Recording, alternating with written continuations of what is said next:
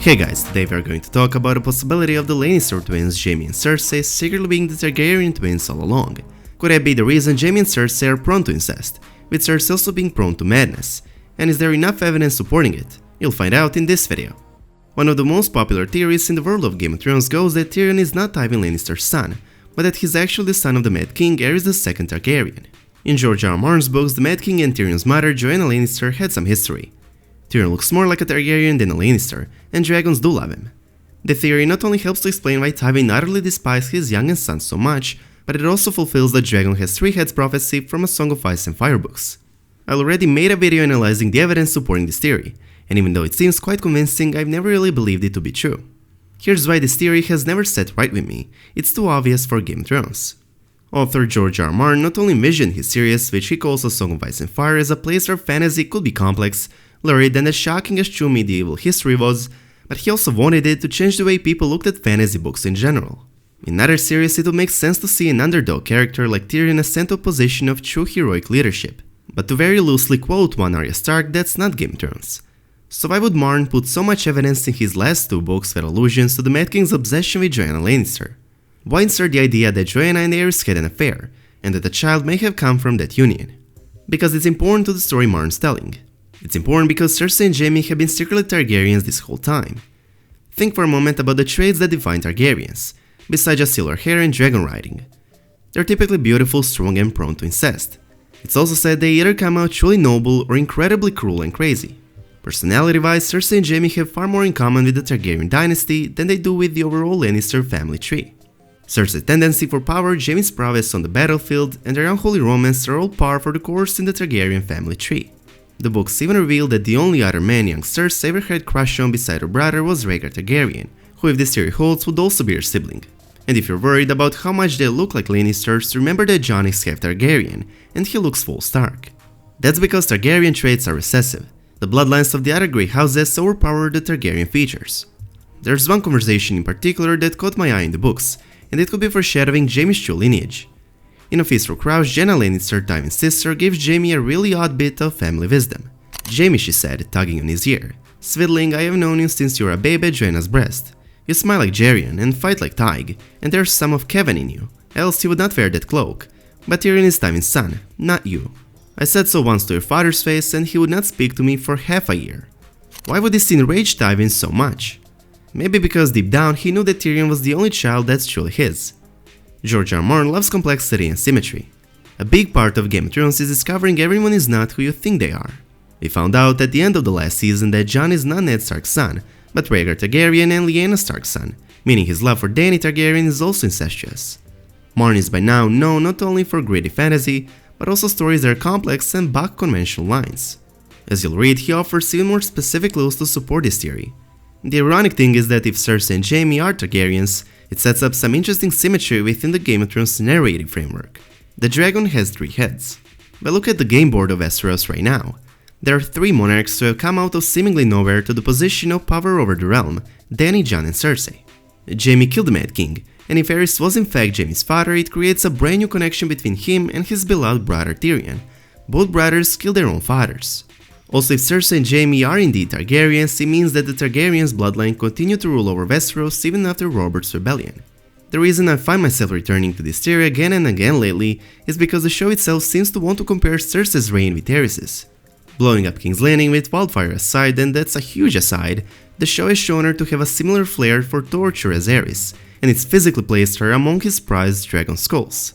This parallel runs even deeper if we see Cersei as one of Aerys's true heirs.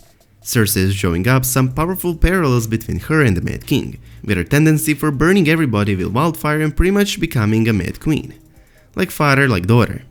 The evidence on Game of Thrones about Jaime and Cersei Lannister's true heritage keeps growing stronger, backing up a long-running fan theory that the incestuous twins are actually an offspring of the Mad King Aerys. Despite other fans' rejection, the evidence points to the conspiracy theories being right all along. Several references in George R. R. Martin's book, specifically one in A Dance with Dragons, suggest that the Mad King Aerys had more than a flirtation with Jaime and Cersei's mother, Joanna Lannister, and was in fact obsessed with her. When George presents this information in his books, it's for a good reason. As noted in A Dance with Dragons, upon their wedding night, Aerys took certain unwanted liberties during her bedding ceremony, much to Tywin's displeasure. Not long thereafter, Queen Rhaella, Aerys' wife, dismissed Jaime Lannister from her service, reads a passage in the world of Ice and Fire. No reason was ever given, but Lady Joanna departed at once for Casterly Rock and seldom visited King's Landing thereafter. One such visit was a year before Tyrion's birth. Joanna came to King's Landing for the first time in 9 years for the 10-year anniversary tournament of Aerys' reign. There, Aerys insulted Joanna by asking her if nursing her children had ruined her breasts, and the king refused the outraged Tywin's resignation the next day. Beside that being an unusually weak reason to cause Tywin of all people from resigning from such a powerful position, what's even suspicious is that Tywin tried to resign the day after the insult. It's very likely that something else happened that night that remains unknown to most, or even unknown to all except to Aerys, Joanna and Tywin. All things considered, it would make sense that Aerys would instead be the father, especially when you compare him with Cersei. The Targaryens are seen as prone to madness, and both Cersei and Aerys became mad. As I already said, Cersei and the Mad King both like to torture their enemies and watch them burn. Those who try to put Cersei on public trial learned this the hard way, when Cersei orchestrated an immense explosion using wildfire, left under by the Mad King under the Great Sept of Baelor, when her trial was to take place, basically fulfilling the Mad King's wishes. Later in Season 7, she kissed Tyene Sam while wearing poison lipstick, the same type Tyene used to kill Cersei's daughter. What's worse, Cersei chained Tyene in her mother, and made her watch Tyene die. Cersei is not the only one who shares traits with the Mad King. There's no doubt that both Cersei and Jaime share much in common with the Targaryen dynasty, an incestuous romance, a tendency for ruthlessness. Jaime did push Bran Stark out of tower window to kill him for witnessing Cersei and Jaime's incestuous lovemaking, and at least for Cersei, a quest for power and tendency to madness. Those are not strictly Targaryen-only traits in Game of Thrones realm, but you got to admit there's too much evidence to be just mere coincidence. It will make a certain story poetic sense if Cersei and Jaime are the Mad King's children, one twin mad, the other great, obsession with fire, brutal cruelty and sadism, the constant, unspoken tension between Aerys and Tywin concerning Jaime, weird interludes of Jaime having pseudo-prophetic fever dreams, as if the two sides of his soul are warring against each other, and the most satisfying Tywin repeatedly damning his dwarf son as not true son of mine, when in fact the opposite, only true son might be true. There are two scenarios where Jaime and Cersei were born to Aerys and Joanna. Number 1, Joanna was in love with Aerys, and they had a secret affair. Number 2, Aerys forced himself on Joanna, and she kept quiet about it, and allowed the pregnancy to come to term. The rumor has it when they were young, Aerys II was the man that took Joanna's maidenhead at the coronation of his father Jaehaerys. Later, at Tywin Lannister's wedding to his cousin Joanna in 263 AC, the Mad King, being in attendance, wanted to bet the bride, joking that it's a pity that the custom of the first night which allowed the King Lord to first take the bride of his liege was abolished. Queen Rhaella, sister wife of the Mad King, even dismissed Joanna from the court without any explanation, implying Aerys II had kind of a relationship with Joanna. Let's now recap all the pros we have. Number 1, from the world of Ice and Fire, the Targaryen kings, Aerys' second chapter, we learn Aerys did take Joanna's virginity. Then it's not unlikely they continue to have a sexual relationship. Number 2, Queen Rhaella did dismiss Joanna from her service. This might have been because the relationship between Aerys and Joanna was becoming too scandalous. Number 3, Jaime's and Cersei's incestuous relationship and desires could be something their father passed down to them. Number 4, Cersei's enchantment with wildfire and prone to madness. To say at very least, it's definitely possible that the Lannister twins are actually the Targaryens. I definitely see this as another weird and cruel yet still a tragedy of Martin's own plot. Jaime, whom Tywin highly regards as his heir, actually ends up being bastard of Tywin's cousin wife Joanna. With the most tragic aspect of it perhaps lying on the fact that Jaime unknowingly joined the Kingsguard to protect the king, who is actually his real father, only to end up killing him to protect the realm.